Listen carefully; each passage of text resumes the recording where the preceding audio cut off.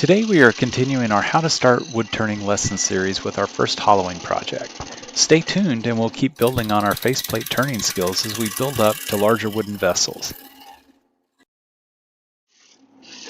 Welcome to Turning Stitches, I'm Sean. We help woodturners learn the craft to begin making fun projects faster. Let's keep building on your faceplate turning skills by making a small lidded box or salt cellar. If you missed our first faceplate project, a penny plate, in lesson 7, you can find it here.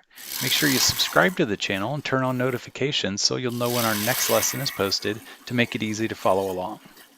Lidded boxes have many uses, which can be used to keep special items or a simple decorative way to keep salt and pepper handy in the kitchen. This box is small and simple and a great way to begin hollowing, which we will expand on in our next lesson. Today there's no glue, so we're right to work. I'm starting with a small section of a cedar log. This is a great project for little branch sections like this. Our first step is to get the blank round. I've started with the log between centers to make sure I get the ends flushed off and square to one another. If you're using a squirrel chuck, you'll want to form a tenon down on the tailstock end, and with the faceplate, we're just going to attach our faceplate to one end with wood screws. I'm just using a shear scraping motion. What I want to do is try to get a nice cylinder. Get as smooth as I can. I want to get this flat and smooth.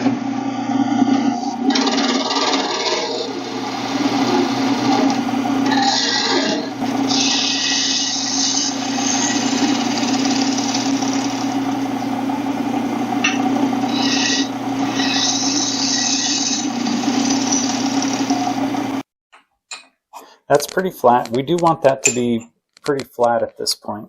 The top flattened, I want to sand this surface right now.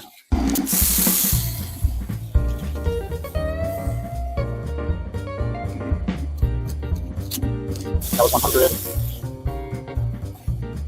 So that's going to end up being the top of our box. So we're going to come in here and measure 3/8 of an inch. So just want that mark, and then we're going to connect it all the way around. And this is going to be our lid. This portion is going to be our lid. So there's a couple different ways we can part this off. We can take our parting tool, come in here on this side of our line, and we can part this away. Now, depending on the wood you're using, if I want this grain to realign really close right here, and this is pretty straight, so is this line, but if I want that character to remain more consistent, I would want to use a saw or something much thinner than a parting tool. For our purpose today, I'm just going to use a parting tool, and I think it's going to get us pretty close.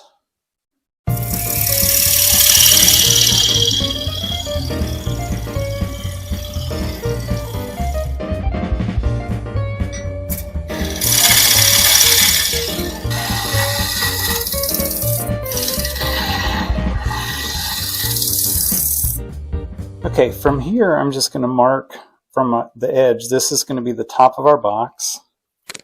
And I mark down 2 inches. Now you can make this, if you've got material like I've got here, this is where the screws are. So you can vary this if you want to make a larger box. Easily do that. I'm just going to connect. And then over here on the face, what I want to do is I want to measure a 1/4 inch in from the edge. I want to make a mark there. And then I want to connect that line as well. So with those 2 lines, we've established our box, the body, and then this part inside that line is where we want to hollow out. The next step is to create a depth hole so we can identify the bottom of our box. So I've got my drill chuck here. I've got a 3/4 inch Forstner bit.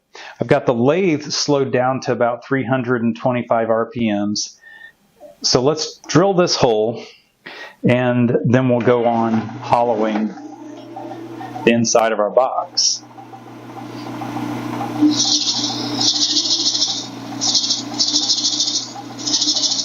Now before I started drilling the hole, I used a ruler and I measured from the tip of the Forstner bit, put a mark back here on the shaft of the drill bit at about 1 5/8". I know I've got 2 inches here, so I just measured my depth. Okay, with our depth hole drilled, now it's time just to clear out the rest of this waste material and hollow out our box. So I'm going to start with my bowl gouge, but I end up switching to a scraper. I'll show you that scraper once I get to it here in a few minutes.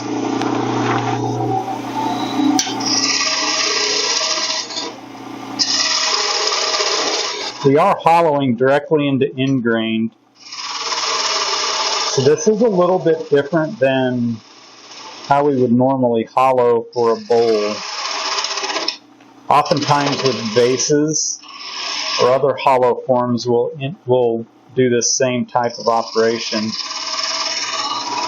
So I'm using my bowl gouge. I'm going to sneak up on my line out here where I want the wall of my box.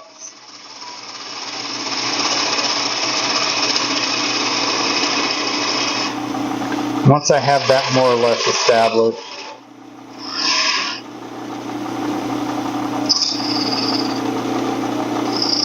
I'm going to do a little unscheduled repair work right here on this crack.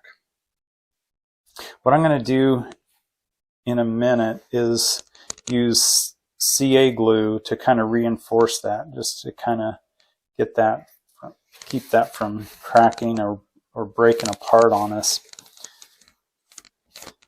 But I'm starting with some shellac. And what the shellac is going to end up doing is it'll seal, especially on the outside, it'll help seal the pores around it. So when we put in the CA glue, we're less likely to have a streak where the CA glue kind of absorbs into the pores.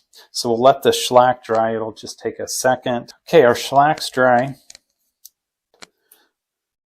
So I'm just going to apply some CA glue here. Basically, it's just super glue. And I'm using a thin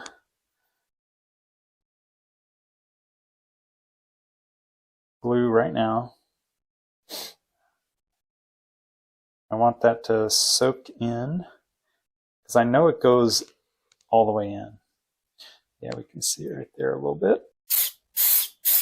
Hit it with the accelerator, and that'll get it dry really quick.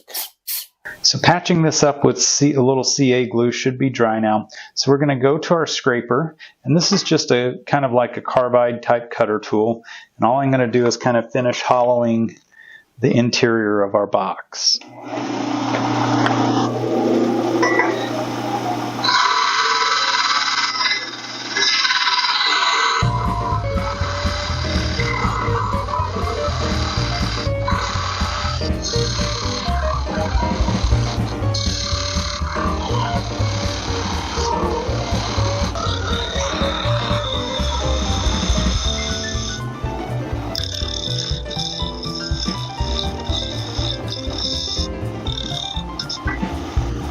So the inside's in pretty good shape. I want to come back and just remove this glue very lightly off the outside of the box, and then we're ready to sand and get it ready for finishing. Now I'm using my scraper here still, and I'm just taking a very light pass, and I've got the cutter head rotated over, so we're not trying to take a very light cut. And really all I want to do is get the glue off. So this is kind of like a shear scraping motion. It's not really aggressive. Now to give me a decent finish, I'm not trying to remove much material here.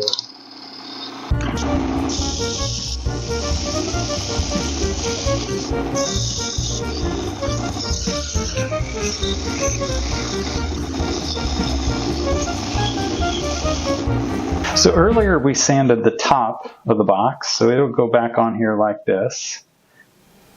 But I do want to sand the inside. So as the lid opens and closes, I do want to sand this side. So all we're going to do is use a little bit of painter's tape. We're going to get the box lid. We're just going to tape it on here.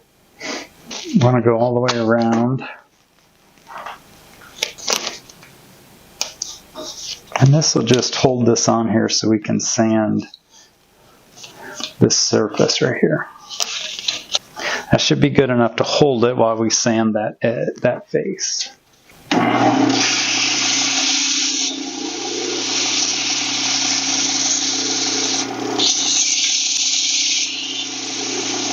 Okay, with that sanded, we'll take this off. We'll part the box off from the rest of the block, and then it's just a matter of getting the lid attached.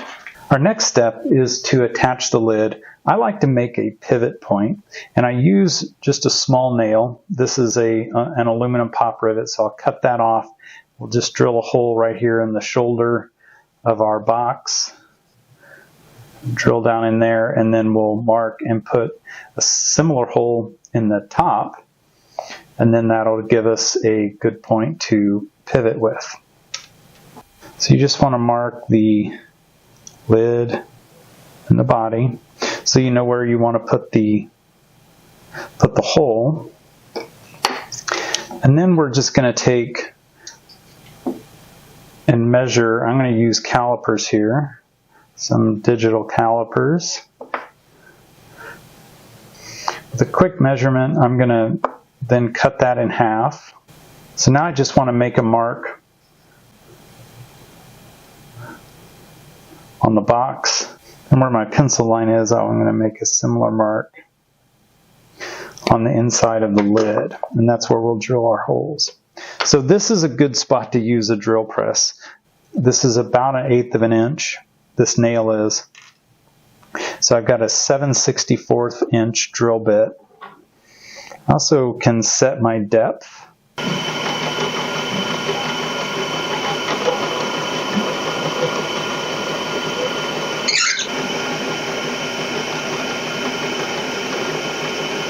Now all that's left is to apply your favorite finish. I'm just doing a quick coat of shellac here, and keep practicing. If you're using these in your kitchen, make one for salt and one for pepper. In our next lesson, we're going to start with bowl turning. For that lesson, you're going to want to have a blank glued together. That's roughly 6 inches square and probably 2 or 3 inches thick. Make sure you're subscribed to the channel and turn on notifications so you'll know when lesson 9 comes out. And I'm looking forward to seeing you in the next lesson.